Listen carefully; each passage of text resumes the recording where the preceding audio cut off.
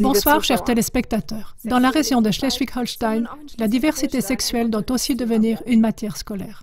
Dans ce but, le ministère des Affaires sociales, dirigé par la ministre social-démocrate Christine Allheit, a fait réaliser par l'association Lesbiennes et Gays tout un matériel d'enseignement pour une première édition. Ce qui en a résulté, c'est ce qu'on appelle une véritable boîte à trésors, un vrai arc-en-ciel de diversité. L'exemple actuel suivant est un texte de dictée pour des élèves de CE2. Il montre comment on inquiète et on désoriente délibérément les enfants.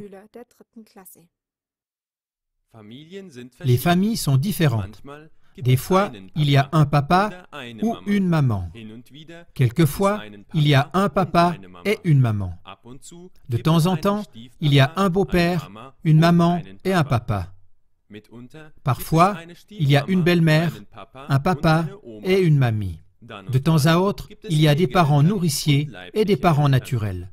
Quelquefois, il y a deux mamans ou deux papas. À l'occasion, il y a un papa qui était autrefois une femme ou une maman qui était autrefois un homme. En ce qui concerne les mamans lesbiennes, les papas homosexuels ou les parents qui ont changé leur sexe, on parle d'une famille arc-en-ciel. En fait, dans le détail, peu importe qui est apparenté avec qui. Ce qui est important, c'est que les membres de la famille s'aiment et qu'ils aiment être une famille. Yona raconte: « Nous sommes 5 enfants et nous vivons ensemble avec nos 2 pères et avec papy Mika. Nous avons 3 mamans. » Marianne explique: « Ma maman Loris vient du Danemark, où elle a reçu des spermatozoïdes d'un homme gentil. Puis j'ai grandi dans son ventre. En Allemagne, ma maman Dani m'a adopté ensuite. » Dylan rapporte: « Dans ma famille, il y a en plus de mes parents encore Robin et Noah. Robin est la chérie de mon papa et Noah est la meilleure amie de ma maman. Kay dit: « Mon père est maintenant une femme. Elle pense qu'elle l'a été toujours d'une manière ou d'une autre. Je trouve que nous sommes une famille cool. » Ceci voudrait dire par conséquent que 3 enfants sur 4 en Allemagne seront pas cool, parce qu'ils vivent dans une famille normale avec un papa et une maman.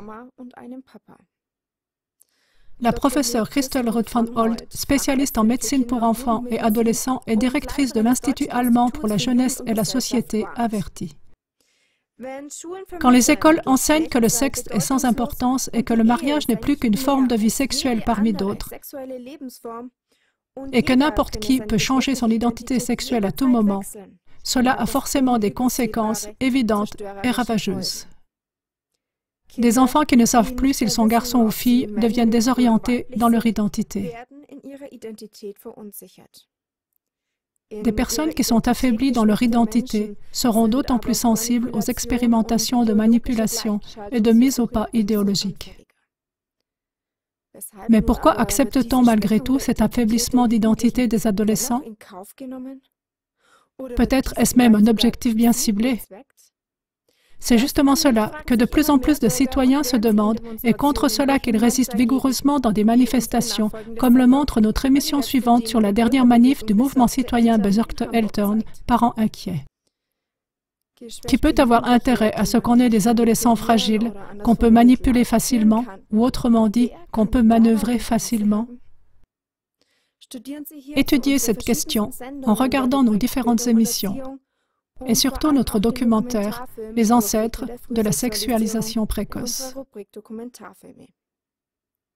Pour le reportage Hambourg, je passe l'antenne à mes collègues du studio de Münster. Restez à l'écoute.